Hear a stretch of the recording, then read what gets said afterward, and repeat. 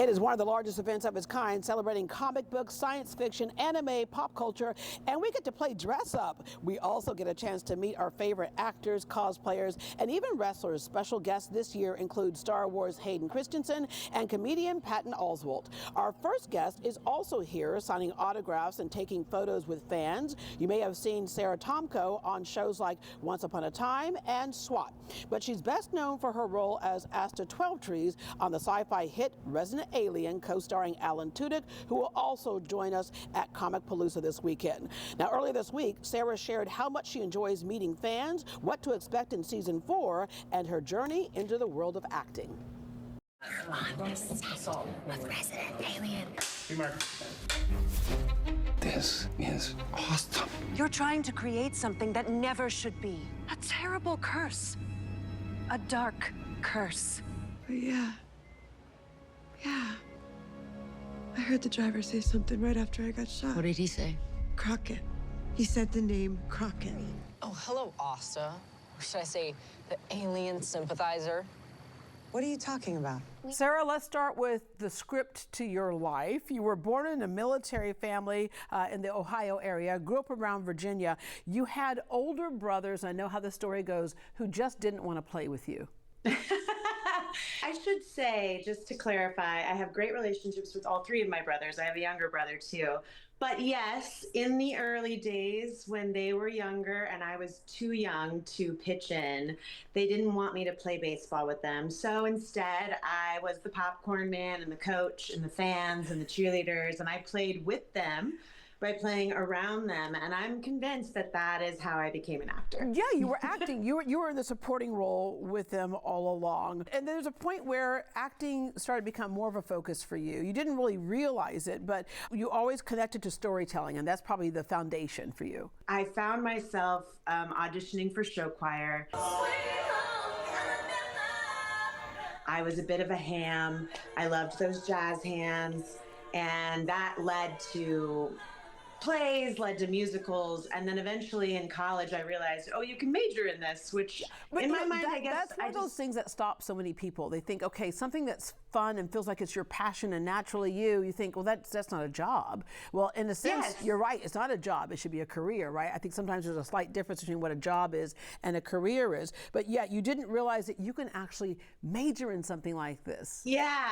I mean, I think there's a part of your brain that says, well, I have to have a practical job because music and art and theater is the fun, the entertainment. At some point, I guess in my mind, you go to Hollywood and you audition, but I didn't know, I don't know, there was some disconnect there. I thought, oh, well, I'll major in theater while I figure out what my practical job is. And my parents were always really supportive. It's not like they were pressuring me to get a practical job. I just think that that's how my brain was operating. But once I was doing plays in college and really diving into these characters, there was no going back. So let's go back to the stage for a second, because that's what's so cool about you is that you have training and you've dipped your toes in different areas, right? So when it comes to theater, it's like it's all done at one time, right? There's no stopping and editing and the whole bit. And you're on the stage and you receive that live feedback. For you, that was like a turning point where there was no turning back. When I was on stage, I could really just go into an entire imaginary circumstance, live out this beautiful world, and still feel so connected to the audience based on their reactions, based on just this general breath we were all taking together. When I was on stage, I'd get these notes from my teachers that was like, you're so intimate and so detailed. Like, you need to kind of hit the back wall, hit the fourth wall, like really make it to the back. And I really wanted to like zoom in and get close. And I realized that might transfer well over to film and television, and it does. And it does, and it did for you. The Terminators, you played in that film, and then Once Upon a Time, that popular show on TV, you played Tiger Lily. And so when you get those roles, it's just each role teaches you that you're doing the right thing, but it's got to be so cool to be able to be so many different characters and different people at different times. I started my career with independent films, making like $25 a day. That was the Terminators. There was so many different movies that it was just fun when you were starting out as a young actor to just jump in and be a part of it. But of course, you hope one day I'll make more money at this so I can actually do this as a job. And once I got to Once Upon a Time, it was my first recurring role, which is a big deal when you're in the TV world. And it also is so fun and imaginative to play a fairy, which is what she was in the show. And I remember, like, I had to, throw my wand at the other black fairy who was passing by, and I kept making sounds like, pew. No, we have a sound department. That's another union. Stop it, right? Right. The producers had to come up to me and whisper, "You don't have to make that sound. We'll do that in post." But I didn't know I was doing it because here I am again as an adult, but still that 5-year-old playing with my brothers, just being so imaginative and playing on the field. Yeah, you also did the CBS reboot of SWAT, and I am so glad that I got to interview you today because I need to ask you this. Has Shamar Moore been asking about me? Honestly, he's really sad that you never wrote him back. Oof. He understands that probably you had a lot going on and you were busy, but ultimately he's just kind of like, she's too good for me, and I get it. Speaking of working with people, you're working with Alan Tudyk in Resident Alien. Give us the plot behind this and what we can expect in the new season. You're an alien. Phone home. Call them and tell them not to come. Did I tell you that we are going to have all 20 seasons of Law and Order to watch? I would rather die than be on this planet with just you. Rude.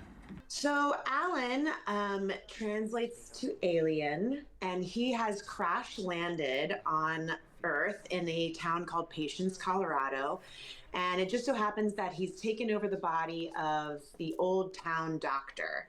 And this doctor is somebody who comes into the town and presumably acts like a doctor, but I, the town nurse, am very suspicious of him. It becomes this whirlwind of me playing side by side with this man that seems very weird, and yet he's very forward and brash and way too honest. And yet there's something about him that I feel like I can trust because we both feel like outsiders.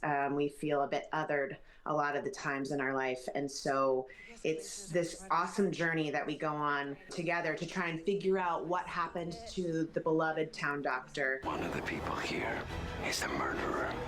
Kung Kung. And eventually his truth is truly revealed to Asta, and she has to handle outside of this realm of possibility being right inside her living room. All right, you are on your way to town for Comicpalooza. What's it like for you to actually sit down and get to meet your fans? Oh, it's my favorite part. The fans are the best, the truly best part of this show. Honestly, we've been going for 7 years. We've been on air for 5, I think now, but because of COVID and quarantine and strike, we have really, I think, endured because of the fans, because they kept with us. They stayed with us that whole way through. They were rooting for us the whole time. And those numbers, in TV matter. And so when I get to meet the fans, I'm actually quite smitten myself. And I'm always saying thank you so much for keeping us alive, because it's you. So I'm so excited to meet you at Comicpalooza, and I'm excited to go to Houston. I've never been. This will be my first time. And I'm looking forward to meeting everyone. We look forward to seeing you in person. All right, thank you so much. Safe travels, and let's end with jazz hands. Yes, Deborah. Thank you, girl. Thank you, Sarah.